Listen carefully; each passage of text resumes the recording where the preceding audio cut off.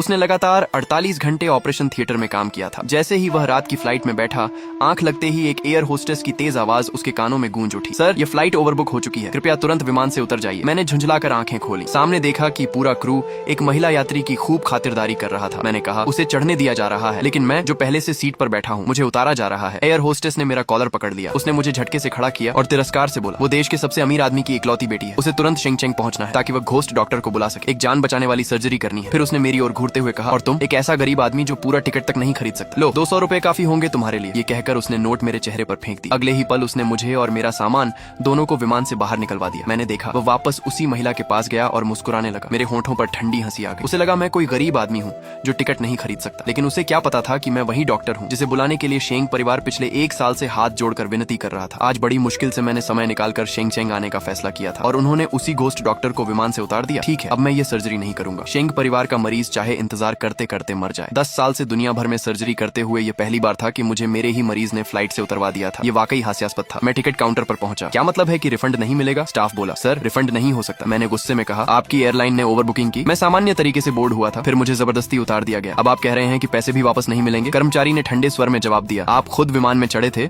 और फिर खुद ही उतरने की जिद करने लगे। इसमें हमारी एयरलाइन की क्या गलती है? अगर हर कोई आपकी तरह बोर्ड करके रिफंड मांगने लगे तो हमारी कंपनी पैसा कैसे कमाएगी? तभी पीछे से जूतों की आवाज सुनाई दी। मैंने मुड़कर देखा, वही घमंडी एयर होस्टेस सामने खड़ा था। वह हंसते हुए बोला, मुझे पता था ये सब तुम ही करोगे। विमान में तमाशा करना काफी नहीं था, अब नीचे उतरकर हमारे कर्मचारियों को भी परेशान कर रहे हो। उसकी नजर मेरे कपड़ों पर गई, जिन्हें मैंने कई दिनों से नहीं बदला था क्योंकि लगातार ऑपरेशन कर रहा था। उसने नाक सिकोड़ ली। मैं सोच रहा था कि विमान में इतनी बदबू कहाँ से आ रही थी। अब समझ आया, ये तो गरीबी की बदबू है जो तुमसे आ रही है। 200 रुपए कम पड़ गए क्या? अब टिकट का पैसा भी ठगना चाहते हो? उसकी ऊंची आवाज सुनकर आसपास लोग जमा होने लगे। एक यात्री बोला, इतनी कम उम्र में ही गलत तरीके से पैसा कमाने की सोच रहा है। दूसरा बोला, एयरलाइन तक को ठगने की कोशिश कर रहा है, इसे दोबारा कभी फ्लाइट में चढ़ने नहीं देना चाहिए। तीसरे ने कहा, हम सब ने सुना है, खुद बोर्ड हुआ, खुद उतरना चाहा और अब रिफंड मांग रहा है। एयरलाइन इसके खिलाफ केस नहीं कर रही, यही इसकी किस्मत है। एयर होस्टेस ने मेरी ओर घूर कर कहा, अच्छी बात है कि सभी लोग हमारी नीयत समझते हैं। सर्विस इंडस्ट्री में काम करते हुए हमें ऐसी परेशानियां झेलनी ही पड़ती हैं। चारों तरफ लोग फुसफुसा रहे थे। सबकी निगाहों में मेरे लिए नफरत थी। मैं भीड़ को चीरते हुए आगे बढ़ा और एक ग्राउंड स्टाफ का हाथ पकड़ लिया। अभी इसी वक्त मुझे रिफंड स्लिप दो। साफ साफ लिखो कि एयरलाइन ने ओवर बुकिंग की और मुझे जबरदस्ती बोर्डिंग से रोका, वरना शेंग परिवार को लगेगा कि मैंने जानबूझकर ऑपरेशन करने से इनकार किया है। ये सुनकर एयर होस्टेस जोर से हंसा। रिफंड? सपने देखना बंद करो। उसने सिक्योरिटी की तरफ इशारा किया, इसे यहाँ से घसीटकर बाहर निकालो। सिक्योरिटी गार्ड मेरी ओर बढ़े। मेरा चेहरा पूरी तरह ठंडा पड़ गया। मैंने उसकी आंखों में देखते हुए कहा, एक दिन तुम्हें इस बात का पछतावा होगा। मैं उसी दिन का इंतजार करूंगा जब तुम मेरे सामने घुटनों के बल बैठकर माफी मांगोगे। वह ऐसे हंसा जैसे उसने दुनिया का सबसे मजेदार चुटकुला सुन लिया हो। फिर उसने मेरे सूटकेस को जोरदार लात मारी। वह सूटकेस पहले ही विमान से फेंके जाने के दौरान टूट चुका था, अब पूरी तरह बिखर गया। अंदर रखी विशेष दवा फर्श पर फैल गई। वह दवा देखकर एयर होस्टेस बोला, ओ, तो तुम खुद भी बीमार हो? कोई हैरानी नहीं कि हर जगह पैसे ठगने की कोशिश कर रहे हो। एक गरीब और मरता हुआ आदमी। तुम्हारे जैसे लोग तो बस ऑक्सीजन बर्बाद करते हैं। बेहतर होगा जल्दी मर जाओ और अगला जन्म ले लो। इतना कहकर उसने दवा पर पैर रख दिया। कुछ ही सेकंड में सारी दवा पाउडर बनकर बिखर गई। वह आखिरी खुराक थी, वही दवा जो शेंग यान को सबसे खतरनाक संक्रमण के द्वार से निकाल सकती थी। अब सचमुच उसके मरने का इंतजार किया जा सकता था, लेकिन एयर होस्टेस को जरा भी पछतावा नहीं हुआ। उसने मेरी तरफ थूकते हुए कहा, मैं तुम्हारे जैसे लोगों को अच्छी तरह जानता हूँ। तुम मिस शेंग का ध्यान खींचना चाहते हो ताकि उनकी दौलत पर पल सको,